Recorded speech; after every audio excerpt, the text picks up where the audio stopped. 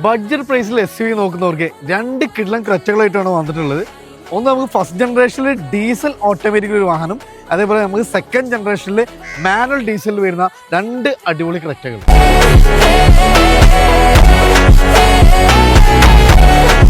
ഈ വാഹനം വരുന്നത് 2018 മോഡൽ വരുന്ന 85,000 കിലോമീറ്റർ ഓടിയ സെക്കൻഡ് ഓണർഷിപ്പ് വാഹനം.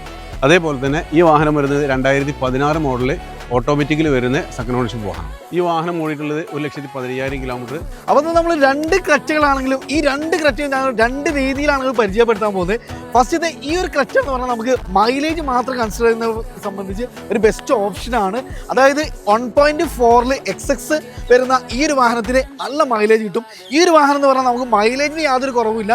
പക്ഷെ എന്നാൽ നമുക്കൊരു പക്ക സ്പോർട്ടി ആയിട്ട് 1.6 ഏറ്റവും ഹൈ എൻഡ് വേരിയൻ്റ് ആണ്. അപ്പോൾ ഡീസൽ ഓട്ടോമാറ്റിക് ആണ്, പെർഫോമൻസ് ബേസ്ഡ് ആയിട്ടുള്ള ഒരു കിടിലൻ വാഹനത്തിന്. ഈ ഒരു വാഹനത്തിൻ്റെ ഫീച്ചേഴ്സ് നോക്കുകയാണെങ്കിൽ ഏറ്റവും high end variant 360 cam, projected lamps, daytime running lamp, cruise control, കൂടെ തന്നെ ഡയമണ്ട് കട്ട് അലോയ് വീൽസ്, അങ്ങനെ ഇതിൻ്റെ ഏറ്റവും high end variant plus diesel automatic SX optional. ഈ ഒരു വാഹനം എന്ന് പറഞ്ഞാൽ നമുക്ക് SX ആണ് ഓപ്ഷൻ വരുന്നത്. ഇതിൻ്റെ ഒരു ഹൈലൈറ്റ് എന്ന് പറഞ്ഞാൽ 1.4 ഡീസലിൽ ഏറ്റവും ടോപ്പിന് തൊട്ട് താഴെ, കൂടെ തന്നെ ഡയമണ്ട് കട്ട് അലോയ് വീൽസ്. അപ്പോൾ 1.4 ഈ ഒരു വാഹനം നമുക്ക് നമുക്ക് നല്ല മൈലേജ് കിട്ടും. ഒന്നുകൂടെ നമുക്ക് കൂടുതൽ കൺസിഡർ ചെയ്യാൻ പറ്റുന്ന ലോ കിലോമീറ്റർ ഓടുന്ന XX വരുന്ന 2018 മോഡൽ സെക്കൻഡ് ഓൺഷിപ്പ് വാഹനം. ഡീസൽ മാനുവലിൽ നമ്മൾ ആസ്ക് ചെയ്യുന്ന പ്രൈസ് 8,90,000 രൂപ.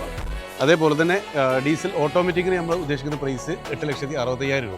ഈ വാഹനത്തിനെ കുറിച്ചുള്ള കൂടുതൽ ഡീറ്റെയിൽസിന് ഭയങ്കര റിയൽ മോട്ടോഴ്സുമായി ബന്ധപ്പെടുക. Thank you.